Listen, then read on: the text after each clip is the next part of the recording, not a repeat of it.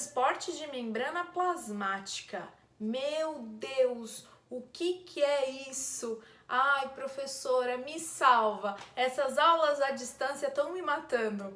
Segura aí que a gente vai tirar várias dúvidas sobre essa aula. Antes da gente começar a aula, eu vou me apresentar, tá? Meu nome é Juliette, eu criei esse canal porque eu sou professora de Ciências e Biologia já faz um tempinho e eu sei que tem um monte de aluno perdido e um monte de aluno me pede pra professora dar aula, professora me tira essa dúvida, então eu vou tirar a dúvida de todo mundo ao mesmo tempo e de um monte de gente que não me conhece e que vai me conhecer a partir de agora, certo? Antes da gente começar a aula, ajuda o professor é sofrido, que vocês não têm uma noção. Ajuda o professor, clica aqui no joinha, clica no gostei, se inscreve aí. A gente vai alimentar o canal semanalmente, vamos colocar um monte de aula aí importante sobre todos os temas de biologia possíveis e imaginários. Se você tiver alguma dúvida, coloca lá nos comentários. Se você tiver uma sugestão, coloca nos comentários também, tá bom? Então vamos lá, a gente falou que a gente vai falar de transporte de membrana plasmática, certo? Vamos começar. A aula passada, a gente falou um pouquinho de membrana plasmática. A gente falou sobre a membrana plasmática constituição, sobre algumas características da membrana plasmática e agora a gente precisa falar de como a membrana plasmática vai fazer para absorver substâncias para dentro dela ou para colocar substâncias para fora dela. A gente chama isso de transporte de membrana plasmática, certo? Transporte de membrana plasmática, pessoal, eu tô aqui no cantinho porque a gente vai colocar aqui provavelmente algumas vezes algumas imagens para ajudar, mapa conceitual, ou então eu vou desaparecer e vai aparecer um mapa conceitual aí no meu lugar, tá bom? Quando a gente fala de transporte de membrana plasmática, a gente vai entender que esse transporte, que essas substâncias entram e saem de dentro da membrana plasmática de duas formas. A gente vai dividir então em transporte ativo e transporte passivo. Para começar, a gente precisa então entender o que é um transporte ativo e o que é um transporte passivo, certo? Transporte ativo é aquele quando a célula precisa absorver ou colocar para fora algum tipo de molécula, ela vai gastar energia para isso acontecer. Então, quando eu tenho um gasto de energia, eu chamo de transporte ativo. E como que eu vou decorar isso? Lembra? A atividade física não gera gasto de energia, então o transporte ativo também gera gasto de energia, tá? Gasto de energia para a célula a gente vai chamar de ATP. Isso é uma coisa que vocês vão ver o tempo todo. Toda vez que a gente pega um livro, pega uma prova, pega um caderno que tá falando sobre citologia, necessariamente vem lá o ATP pra gente falar. Então, toda vez que vem o ATP, significa energia, tá? ATP é a sigla para adenosina trifosfato. Quimicamente, ela é formada aí de 3 fosfatos, tá? Então, apareceu ATP na prova, apareceu ATP, é energia, tá? Então, transporte ativo gasta ATP, gasta energia. Ok, beleza. E o transporte passivo? Se o transporte ativo gasta energia, o transporte passivo não gasta ATP, não gasta energia. Ó a diferença, simples, simples. Gasto de energia sem gasto de energia. Gasta ATP sem gasto de ATP, certo? Simples assim. Agora a gente vai começar a falar de transporte passivo. Vamos deixar o transporte ativo de lado um pouquinho e vamos falar um pouquinho de transporte passivo. Como é que acontece esse transporte passivo, certo? Eu falei para vocês que no transporte passivo, a membrana plasmática, a célula não gasta energia para ele acontecer. Entretanto, vários tipos de compostos, vários tipos de moléculas precisam entrar e precisam sair de dentro da célula para que ela possa funcionar. E a gente vai dividir esse transporte passivo em 3 tipos de transporte passivos diferentes, tá? Então vamos lá, ó. Transporte passivo pode acontecer por difusão simples, por difusão facilitada ou por osmose. Difusão simples, difusão facilitada ou por osmose. Qual é a característica desses 3 tipos de transportes passivos? A característica desses 3 tipos de transporte passivos. Uma eu acabei de falar, não tem gasto de energia.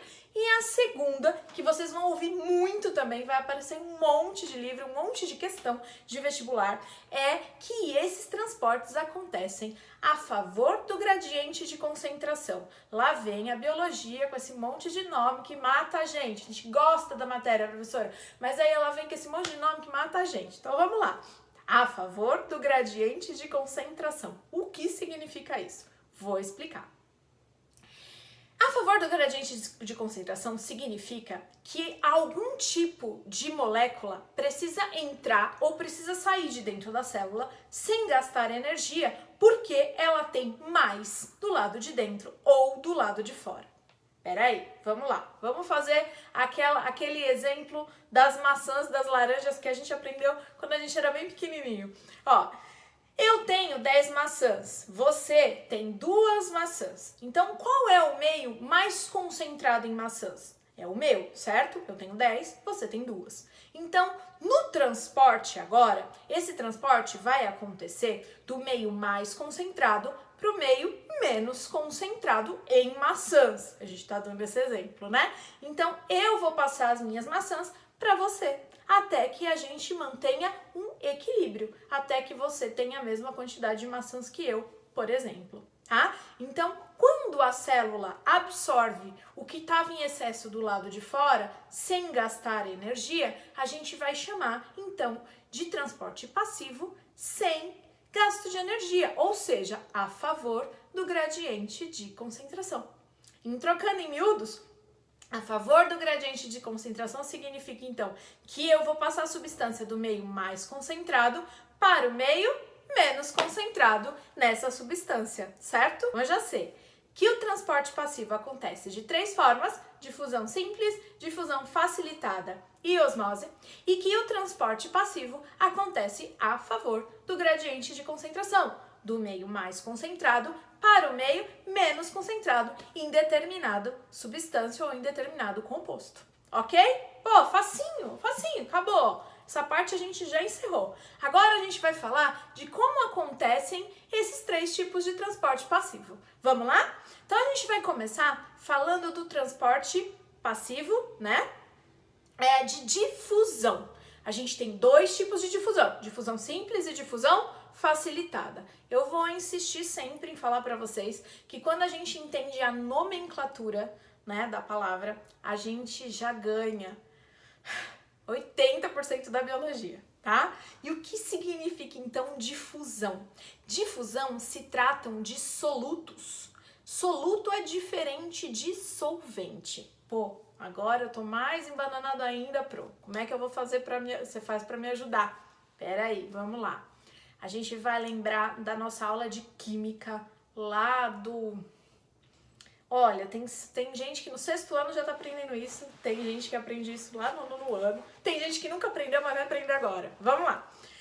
Qual é a diferença entre um soluto e um solvente? Solutos são substâncias que vão ser dissolvidas em um solvente, né? Então, quando eu tenho lá o meu suco de pozinho, né, daquela marquinha lá, que eu acho que vocês não deviam beber, porque faz um mal danado, mas ok.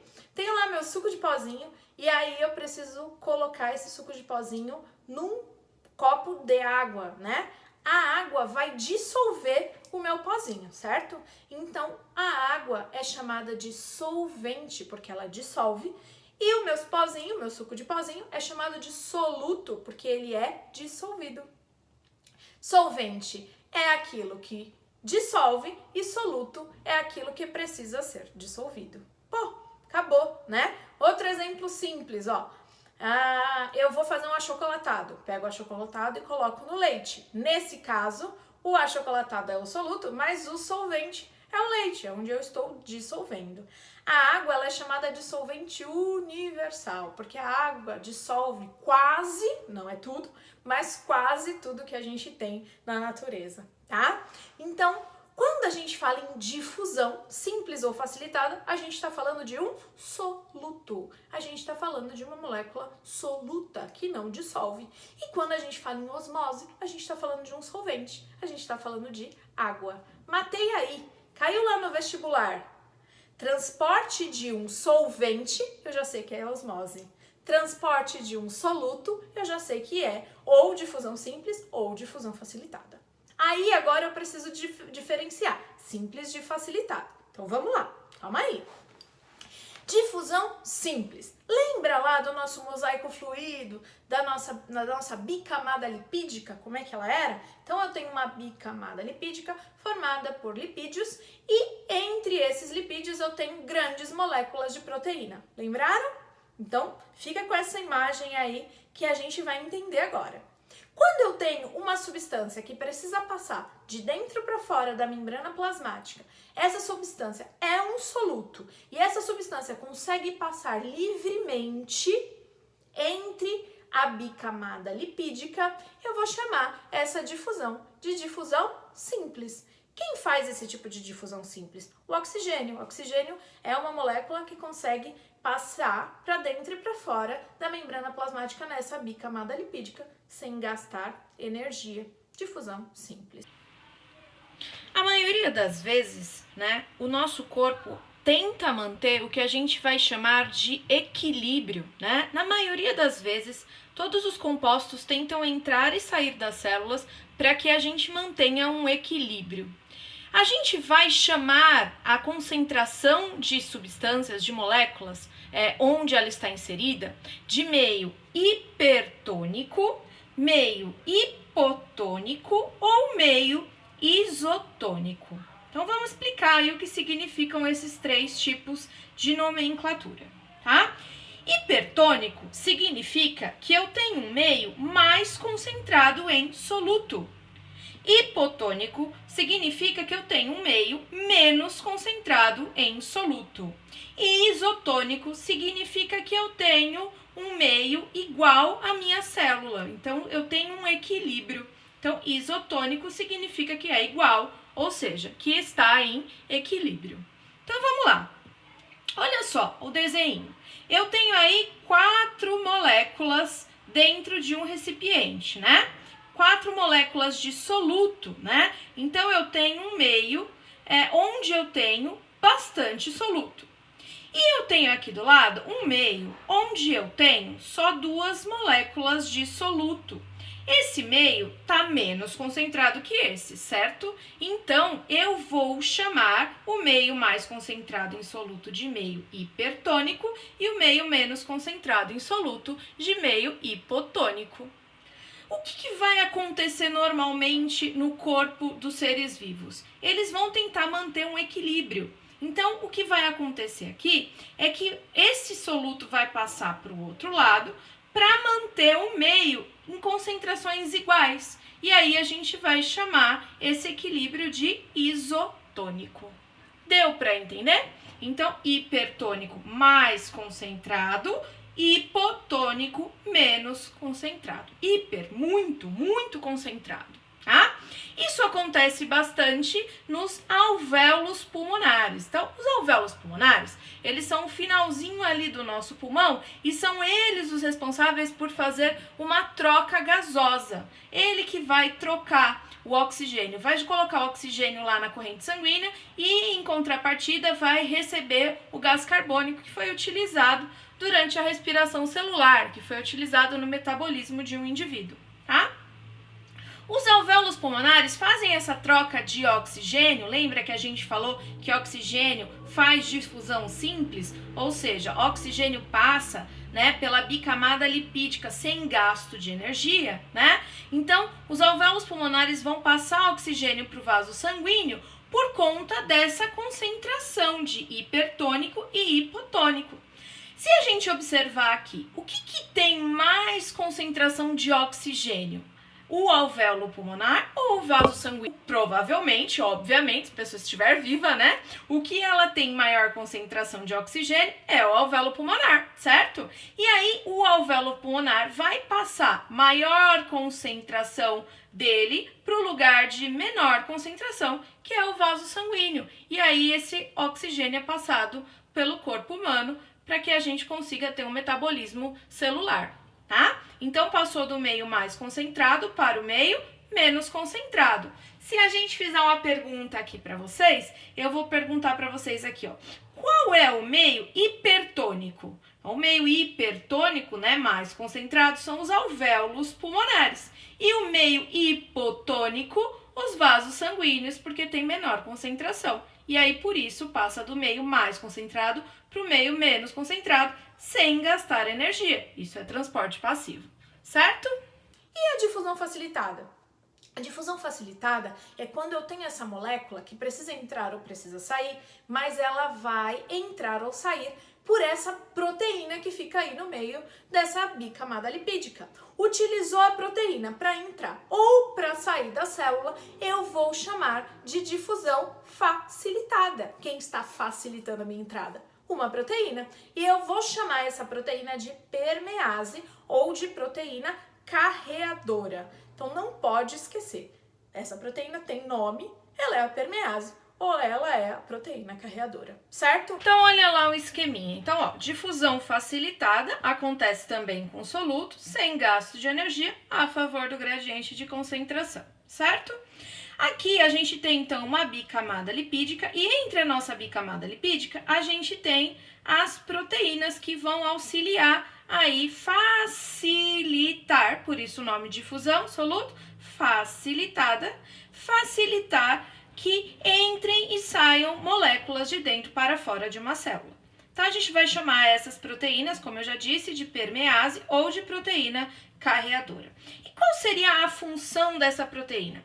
Essa proteína tem basicamente uma função de enzima, ela é um catalisador, ou seja, ela acelera a entrada de moléculas. Então as moléculas, elas entram com mais rapidez quando a difusão é facilitada. Porque pode existir aí, né, a pergunta clássica, né? Mas, por que difusão facilitada e não pela simples? Qual seria a básica diferença? Então, a básica diferença é que a facilitada, ela utiliza uma enzima e toda vez que a gente utiliza uma proteína enzimática, a gente está facilitando, acelerando o processo, né? Então está acontecendo mais rápido.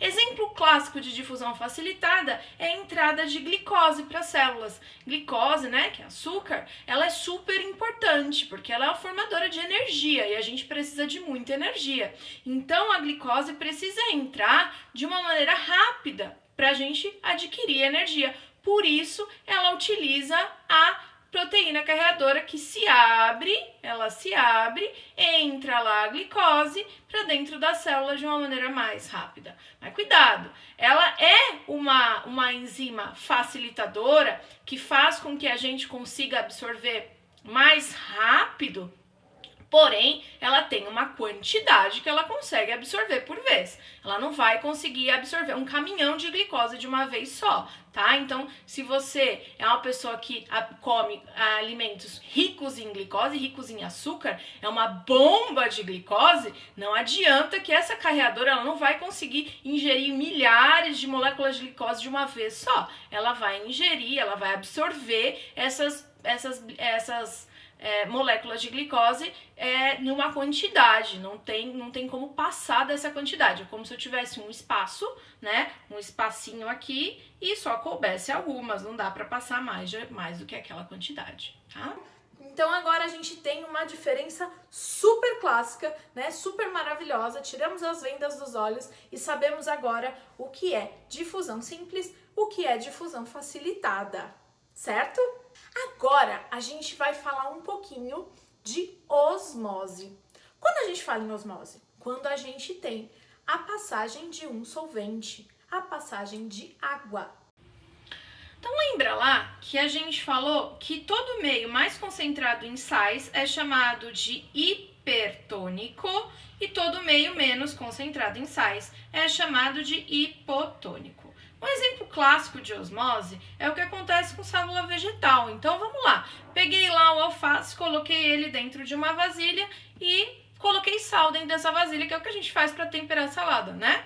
O alface, ele é um organismo que tem maior parte da composição do corpo dele é água, né? Então, em relação ao bowl, à vasilha de sal, ele é hipotônico, ele tem menos sais do que a vasilha, certo? Ele tem maior concentração de água, mas ele tem menor concentração de sais.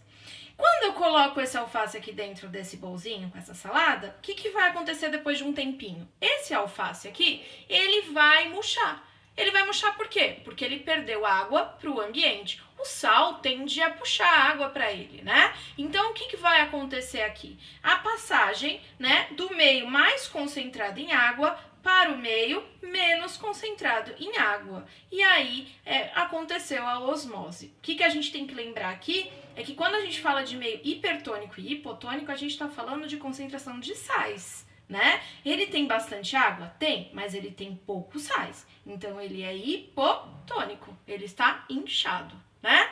Esse aqui, ele tem pouca concentração de água, mas muita concentração de sais. Ele é hipertônico, ele tem menos água, né? Mas a passagem sempre vai acontecer quando a gente fala de difusão, né? Ou de transporte passivo, do meio mais concentrado para o meio menos concentrado. Então, e foi isso que aconteceu. E aí ele murchou, perdeu água.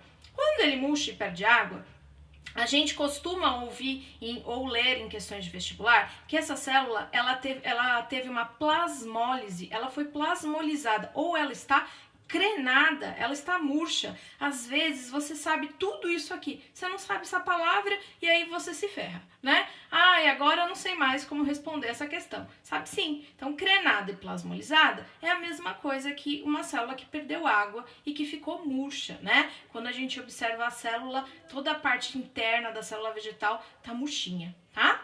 A mesma coisa acontece quando a gente salga a carne, né? Salgar a carne é um processo que a gente utiliza há muitos anos para que a carne não estrague com facilidade. Então, o que acontece quando você faz a carne de sol, né? Você salga ela. Quando você salga a carne, você faz com que a água diminua aqui, né? A água vai sair de dentro das células da carne e vai para fora onde tem sal, do meio mais concentrado em água para o meio menos concentrado em água. E aí a gente vai ter uma carne de sol. Essa carne, como ela tem menos água, ela demora mais tempo para estragar. A água, ela também é necessária para que exista uma produção de microbiota, de bactérias e de fungos. Então é por isso que a gente salga a carne. A gente tira o excesso de água e aí a gente não tem a ação de fungos e bactérias e ela vai demorar mais para estragar. E olha, eu já peguei um monte de questão de vestibular assim, hein? Quando a gente vai fazer uma batata frita, tá lá. Vou fazer batata frita. Só que antes de eu fazer a batata, corto a batata e aí eu tempero ela com sal. E deixo ela. E esqueço. Aí quando eu for fritar, o que aconteceu ali? Eu olho a batata, além dela ter oxidado, né? Acontece o processo de oxidação, ela vai ficar muito escura, mas isso não vem ao caso agora. Eu também começo a perceber que o bolzinho onde eu deixei a batata tá todo cheio de água, né? Isso porque eu peguei aquela batata, que é uma célula vegetal, né? E que tem muita água, coloquei sal do lado de fora, então ela perdeu água pro meio mais concentrado, pro meio menos concentrado. E eu chamo isso de osmose também. Outro exemplo que a gente vê bastante é quando a gente vê falando de osmose em hemácias. Hemácias são os glóbulos vermelhos, né? São aquelas células responsáveis pelo transporte de oxigênio, né? E a osmose acontece bastante nas hemácias, tá? O que acontece com as hemácias? Olha só. Quando eu coloco uma hemácia dentro de um recipiente, como a gente costuma falar, em um meio, né? E esse recipiente aqui, ó, ele é hipotônico, ou seja, esse recipiente tem muita água, a água vai passar do meio mais concentrado para o meio menos concentrado. Então, a célula vai absorver essa quantidade de água. E aí ela acaba absorvendo tanta água que ela estoura, puff, né? E aí o que a gente chama esse estouro? A gente chama esse estouro de lise. Ela sofre uma lise, ela acaba degenerando aí de tanto absorver água, tá? Quando a gente tem uma célula que está muito grande, que tem muita água, a gente vai chamar essa célula de túrgida. Lembra? Crenada é uma célula maracujá de gaveta, vazia, e túrgida é uma célula inchadona, tá? Pode acontecer o contrário. Se eu colocar uma hemácia dentro de um meio e esse meio tem muitos sais, né? Então a solução onde a hemácia foi colocada é uma solução hipertônica. É uma solução que tem pouca quantidade de água. E o que vai acontecer com ela? Ela vai perder água do meio mais concentrado para o meio menos concentrado. E aí ela vai ficar murcha, ela vai ficar crenada.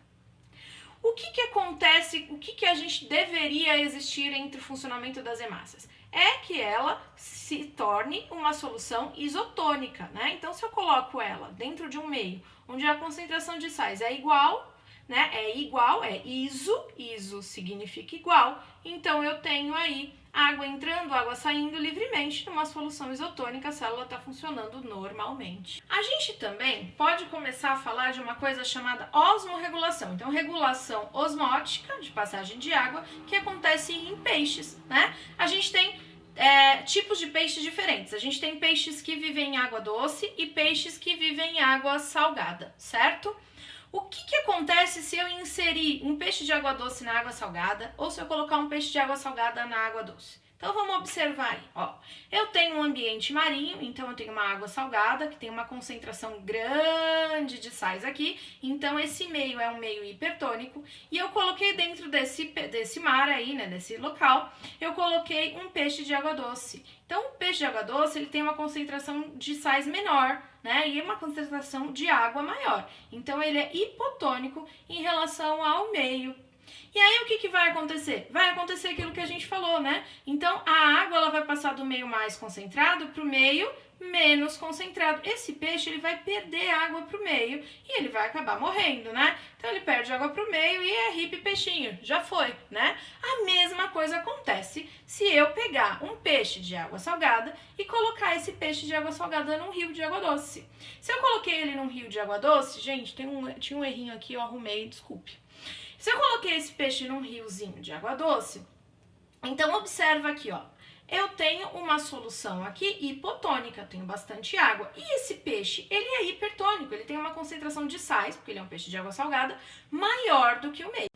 Então o que vai acontecer aqui? Esse peixinho aqui, ó, ele absorveu a quantidade de água, do meio mais concentrado para o meio menos concentrado. E aí ele diluiu tanto os íons dele que ele também não vai suportar. E aí ele vai absorver água em excesso. Hippie peixinho, ele também não vai suportar. A gente tem alguns exemplos de peixes que conseguem um equilíbrio osmótico bacana. Se ele for para água salgada ou para água doce, ele consegue regular essa quantidade de sais do corpo. Mas a grande maioria não funciona assim. Por isso que você não pode pegar lá o seu aquário e colocar um peixinho de água doce dentro de um aquário de água salgada. Então vamos recapitular aí tudo que a gente aprendeu hoje. A gente falou então de transporte de membrana plasmática. Transporte de membrana plasmática pode ser dividido em transporte ativo e transporte passivo. Transporte ativo com gasto de energia, ATP, adenosina trifosfato. Transporte passivo sem gasto de energia.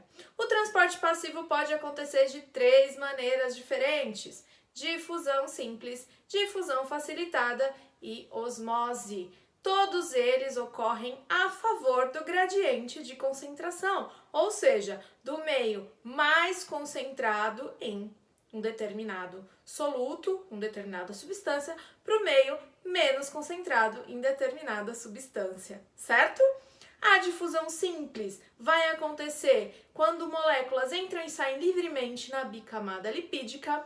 A difusão facilitada ocorre quando eu tenho uma proteína chamada de permease auxiliando, facilitando a entrada e a saída de determinado composto para que isso aconteça com maior velocidade.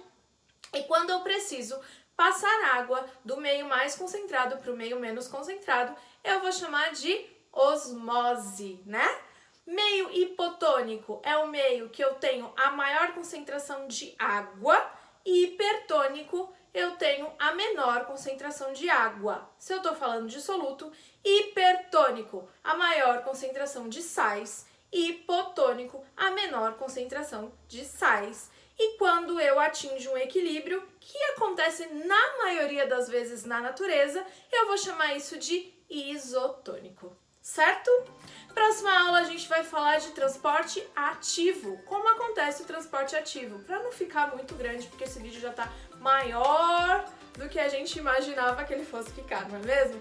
Eu espero que vocês tenham gostado, que vocês tenham entendido tudo. Não esquece de dar o joinha pra Pro, não esquece de deixar uma mensagem de amor, carinho, paz e fraternidade pra Pro nessa quarentena.